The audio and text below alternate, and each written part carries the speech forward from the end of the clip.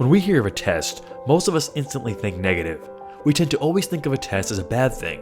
However, a test can actually be a positive thing, and when God tests, it is a positive thing. A test is a way to prove that you are capable or trustworthy to receive additional responsibility. Think of when somebody's trying to become a lawyer or a doctor. A lawyer passes the bar exam to prove that they are capable in representing people in a court of law. A doctor needs to pass their exams to prove that they are capable in examining people or performing surgery or so on. So in these cases, a test is a good thing. It is the final step in order to get to a next level of responsibility. This is how God operates with tests, and it is important to note that God's tests aren't what most people would think they are. Some people think that God will test you with sickness or some kind of destruction or fear, but that is not the case. We know that the author of sickness and disease is Satan. He will test you with these things to see if you actually believe what you say you believe. Matthew 13 says that trouble will come because of the word's sake. Satan will try and use his tools to get you off the word of God. That is not a test that comes from God in source, but he will use anything the enemy brings for good in the end. God's tests all seem to relate to two things. One is, do you trust him? And the other is, what is your heart condition? Let's see an example of these tests from God. We can go all the way to the beginning and see Adam and Eve. They were tested. Why? Because they were given the opportunity for big responsibility. They were given dominion and authority over the earth. They had the responsibility to fill the earth and be God's representatives. Proverbs 17:3 says, "The crucible for silver and the furnace for gold, but the Lord tests the heart." They were tested to see if they trusted God and to see how their heart condition was. God had provided everything for them and only told them not to eat from the one tree. He said if they did that, they would die. When Satan tempted Eve, he attacked God's character. He said that they surely would not die and that God was actually holding out on them. When Adam and Eve ate the fruit, they failed the test. They decided to listen to Satan and not trust God. They believed that they wouldn't die. They believed that God was holding out on them. Their heart condition was wrong and they didn't trust God. As a result, they lost the authority they were given and they lost access to the tree of life and the Garden of Eden. They failed the test and proved they were not responsible. Psalm 66:10 says, "For you, God, tested us. You refined us like silver." When God tests, it is a refining process. He wants you to remove wrong thinking or motives or characteristics from your life. He wants you to remove doubt and unbelief from your life. A wonderful example we see of God testing is with Abraham. God had told Abraham that he would bless him and make him the father of many nations, even though Abraham had not yet had an heir. He gave him a promised word. Abraham believed, and when Abraham and Sarah finally had their son Isaac, they could now see how God would accomplish that promise. This is when God tested Abraham.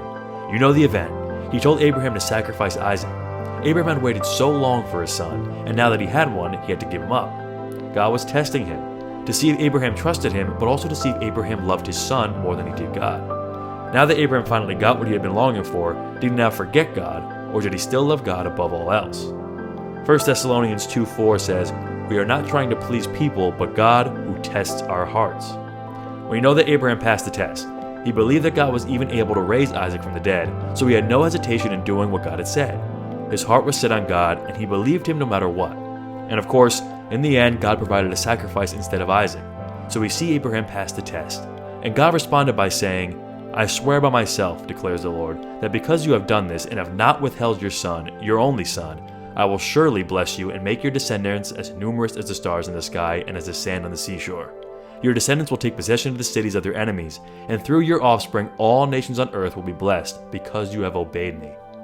So because Abraham passed the test, God knew that Abraham trusted him. He saw the condition of his heart and saw that he held God and his word above his son. So as a result, he gave Abraham reassurance of the wonderful promise that all nations on earth will be blessed through him. And this test proved the genuineness of Abraham's faith. It showed that he really did believe. And this is exactly what happens when we are tested.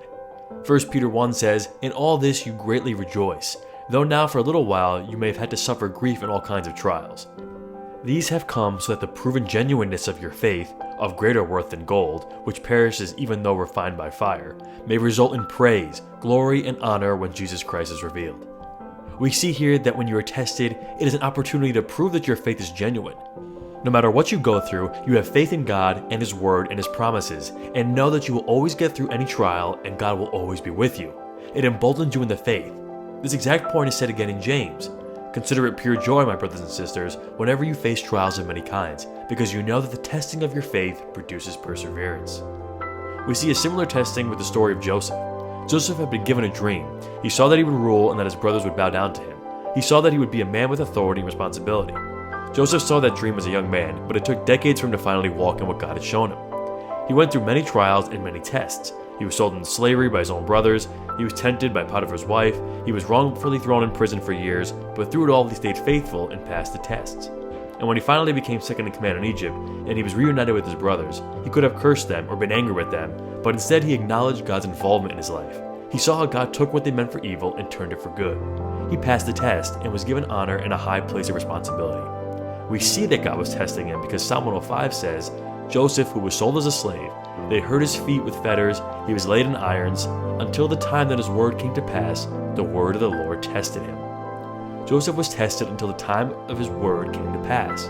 If you are waiting for something to happen in your life, if you have a certain word from God, do not give up. Recognize that you might be in a test and do all you can to pass. Make sure your heart is clean before the Lord and make sure you trust God above all else. Psalm 139:1 says, You have searched me, Lord, and you know me. God searches the heart. He knows everything about you. We are to strive for a clean heart before God, a heart that put nothing before Him. Now, when it comes to those who were tested, we see many other examples all throughout the Word, but perhaps the best example is Jesus. Jesus passed the ultimate test. He passed the test that Adam failed. He lived a perfect life.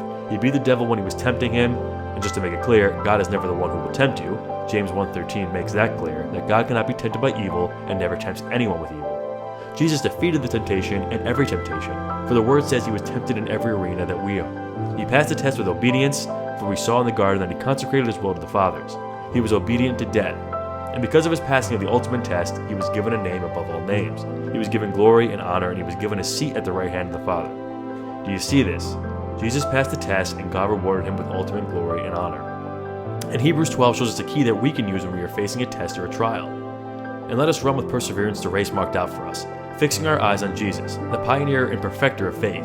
For the joy set before Him, He endured the cross, scorning its shame, and sat down at the right hand of the throne of God. We see that Jesus endured the cross for the joy set before Him. Jesus was motivated by the ultimate reward, the reward of having us sinners reconciled with the Father, and the reward of being at the right hand of the throne in glory. So when we are being tested or going through a trial, we can be motivated by the joy that will come upon passing the test. We can use that as fuel to help get us through the test. Yet again, we can look to Jesus as our ultimate master and example. So when God is testing you, stand firm. Keep your trust in Him and keep your heart right with Him. Know that He is a good Father and He always takes good care of His children. Recognize that if you are being tested, there could be something very good in store at the successful completion of the test.